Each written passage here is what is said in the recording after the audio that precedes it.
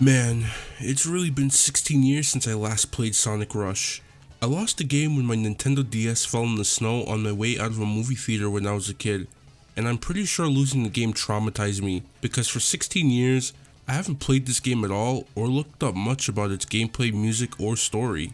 For 16 years, I've been hanging on to very fond memories of this game, and I decided to change that. This handheld game went on to become a cult classic amongst Sonic fans and influenced the gameplay of future Sonic games to this day. What made this game so special to have that much impact? Here's my review of Sonic Rush. As usual with my reviews, we look at the story first and foremost. Sonic Rush's story is fantastic. With the help of his future descendant Eggman Nega, Eggman steals the Soul Emeralds from the Soul Dimension and brings them to Sonic's world, prompting their guardian, Blaze the Cat, to give chase. She ends up in Sonic's world and meets Cream, who helps her gather the 7 Soul Emeralds. Throughout their journey, they slowly form a friendly bond while running into many of Cream's friends, who recommend looking for Sonic and asking for help, but Blaze declines. They eventually run into Sonic and Tails, who had been looking for them, but Blaze continues to decline their help, even getting into a scrap with Sonic before taking back the last Soul Emerald from Eggman. Over the course of their fight, Sonic tries to get Blaze to calm down and allow him to help her. Blaze eventually accepts, but Sonic lets her save Cream by herself while he deals with Eggman Nega. The two Eggmen refuse to give in and steal the energy of the Soul Emeralds to create a new world after defeating Blaze with the Egg Salamander. Sonic arrives to help, and along with his friends, they cheer Blaze on. The power of friendship restoring the glow to the Soul Emeralds, allowing her to transform into Burning Blaze alongside Super Sonic. The super duo defeat the Eggmen one more time before saying their heartfelt goodbyes. Sonic and Cream briefly reminisce over their adventure with Blaze before setting off. This is by far one of the best stories in the Sonic franchise in my opinion. This game's story was written by Akinori Nishiyama, who also conceptualized Blaze. He also wrote for SA1, and it's obvious to see, especially at the end of the game. The best Sonic stories are always the ones that draw parallel comparisons between Sonic and another character. The adventure games did this well.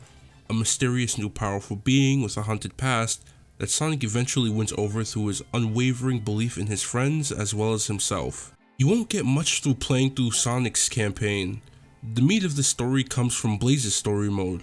It's an incredibly simple yet effective story that doesn't try to do too much and accomplishes what it needs to in just a few short hours. They give time to develop Blaze and Cream's friendship properly so it doesn't feel forced. The other side characters, Knuckles and Amy, add some levity to the game. Their interactions with the main four managed to make me crack a smile. It's been a while since we've gotten genuinely good character interactions in Sonic games before Frontiers, and Rush had some good stuff. I get why people love Blaze so much. She's my second favorite character right behind Sonic himself. Her design is great, awesome moveset, great character, and her gameplay in every game she's been in has been good as well. I hope we get her in future games as a playable character. It's long overdue at this point. Sonic's character also deserves a mention here too. He's so understanding and patient with Blaze during the entire climax of the story. He isn't delivering monologues about the power of friendship, but his cheesy classic Sonic one-liners are more than enough. I know the saying now is, Sonic was always good, but I wouldn't say that only for the gameplay of the games. Sonic's character has been incredibly consistent the entire time aside from a few snafus here and there. The writers deserve much more credit than they're given when it comes to Sonic himself. He's great and always has been. Let's run through the visuals of this game. This is a 2005 Nintendo DS video game. That being said, it still looks solid and is probably one of the better looking DS games. They make a point to show off a vibrant, diverse set of locations through 7 different zones in the entire game. Leaf Storm, Water Palace, Mirage Road, Carnival Night, my personal favorite, Huge Crisis, Altitude Limit, and Deadline. In my opinion, the names of these stages are awesome.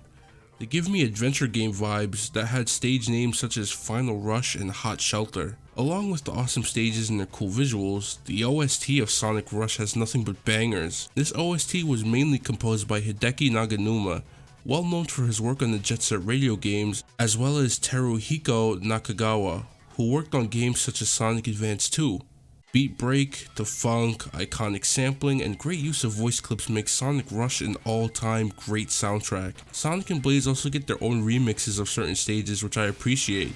I remember being in love with Water Palace and Carnival Night's music specifically. I also love the music that plays during Sonic and Blaze's goodbye titled Raising Me Up. A New Day is also a classic. They use Mirage Road a lot as part of the end credits of this game. Odd choice, but the song has been stuck in my head for 16 years despite never once going out of my way to listen to it again. Sonic Rush is a soundtrack worthy of the praise it gets almost 20 years later. I felt a little old saying that out loud.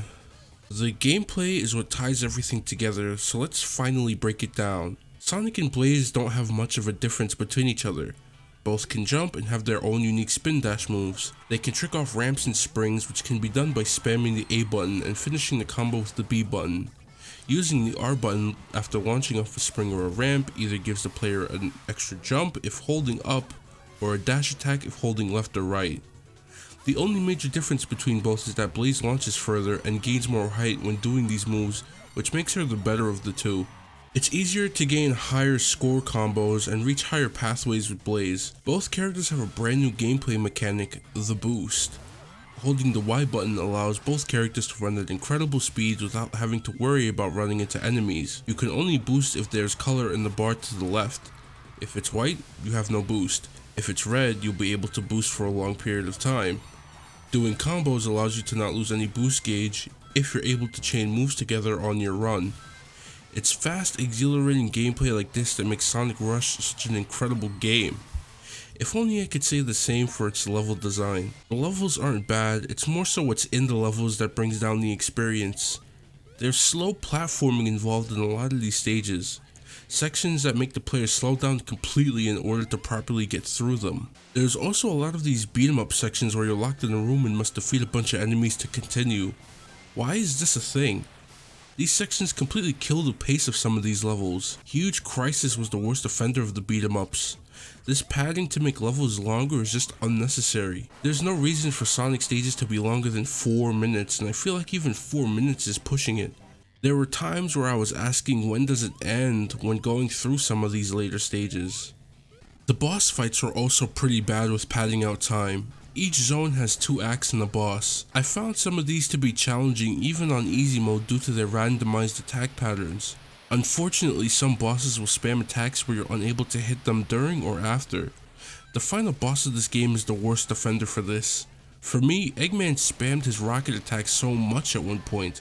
Look at my time here, this is ridiculous. Despite these problems, the levels and bosses of Sonic Rush never felt like it was too much of a chore. I knocked this game out in a few short hours and still had a lot of fun in my playthrough. While there are some frustrating aspects about the gameplay, nothing took too long for me to get past. The same can be said about the special stages, which can be triggered by these generators that create portals to the special stage if enough boost is used. The special stages are nothing to write home about. You can use the stylus to navigate Sonic, which makes them far easier than many other special stages. They throw a lot of spiked bombs and enemies at you in the later stages, but none of them took me more than 3 tries each. Completing these stages grants a Chaos Emerald, but you're only limited to 1 per zone. These generators aren't hard to find, but they're also easy to miss if you're not being careful. So, after 16 years, coming back to play Sonic Rush 1 was an enjoyable experience. Gameplay that reinvented the franchise, great story, great music, good visuals, this game has it all. On top of all that, it's exactly how I remembered it. It's only a little less enjoyable for me now compared to when I was a kid, but everything I remembered about Sonic Rush was the same.